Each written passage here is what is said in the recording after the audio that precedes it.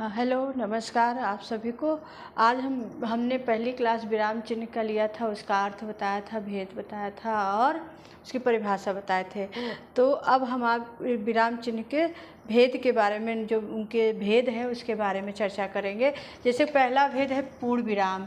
अब हम पूर्ण विराम को देखेंगे। पूर्ण विराम का चिन्ह है ऐसे होता है, एक खड़ी लाइन।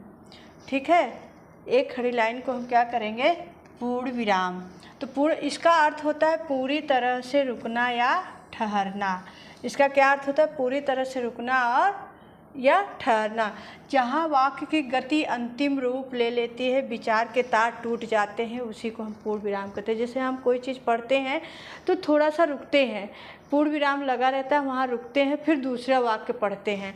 तो इसी तरह से जहाँ पे वाक्य की गति अंतिम रूप ले, जहाँ पे हम स्टॉप करते हैं, जहाँ पे रुकते हैं, उसी को हम पूर्ण विराम कहते हैं।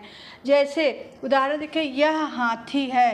तो यह हाथी है, तो हमारा जो ये वाक्य है, यह हाथी है, यहीं पे पूर्ण होता है। फिर हम यहाँ पे रुकते हैं, पूर्ण रूप से रुकते हैं, फिर उसके बाद दूसरा वाक्य पढ़ते हैं, वह लड़का है। फिर हम क्या करते हैं, फिर हम यहाँ पे रुकते हैं, फिर तीसरा वाक्य, मैं आदमी हूँ। फिर यहाँ पे हम रुकते हैं, तुम जा रहे हो। तो यहाँ पे क्या है कि जहाँ पे गति अंतिम रूप ले लेती है, जब हम कोई चीज़ पढ़ते हैं या बोलते हैं, जहाँ पे अंतिम रूप वाक्य होता है, वहीं पे हम क्या करते हैं, रुकते हैं। यह हाथी है, पूर्ण विराम। वह लड़का है, पूर्ण विराम। तो इसी का पूरी तरह से रुकना या ठहरना। इसी तरह से अल्प विराम। अल्प विराम का क्या अर्थ होता है कि थोड़ी देर के लिए रुकना। क्या है कि थोड़ी देर के लिए रुकना। यहाँ पे क्या है, पूरी तरह रुकना है, यहाँ पे थोड़ी देर के लिए रुकना है। और ये हिंदी में अल्प विराम का हिंदी में सबसे अधिक प्रयोग होता है, क्योंकि वाक्य में जब दो से अधिक समान पदों पदांशों वाक्यों का प्रयोग हो और अव्यय शब्द और का प्रयोग होता है, तो वहाँ पे अल्प विराम होता है। जहाँ पे दो शब्दों की बात, दो पदों की बात की जाए, दो वाक्यों की बात की जाए, तो वहाँ पे अल्प विराम का चिन्ह लगेगा।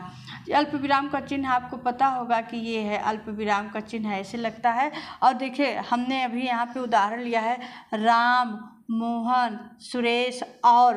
अब देखिए हमने क्या कहा था, वो और की बात, अव्यय शब्द जो और है वो आएगा, और जो इसके चिन्ह हैं अल्प विराम के, उसको लगाएंगे, श्याम घर चले गए।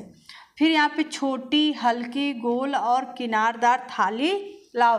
तो हमने क्या अल्प विराम का प्रयोग किया, जहाँ पे एक साथ कई शब्द, वाक्य या पद का प्रयोग होता है, तो हम वहाँ पे अल्प विराम का प्रयोग करते हैं। तो इसी तरह से अल्प विराम जो है, हिंदी में सबसे अधिक अल्प विराम का प्रयोग होता है।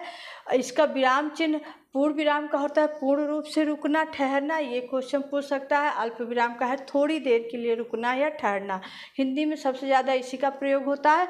अव्यय शब्द और का भी प्रयोग इसका होता है, और एक साथ अगर हम नाम लेते हैं तो वहाँ पे हम ये अल्प विराम का प्रयोग करते हुए तब हम किसी वाक्य को लिखते हैं। और अब नेक्स्ट वीडियो में हम आप इसके बाद वाले जो भेद हैं हम उसको ले आएंगे, और इसी तरह से आपको क्वेश्चन भी कराएंगे। इसके लिए आपको बहुत बहुत धन्यवाद।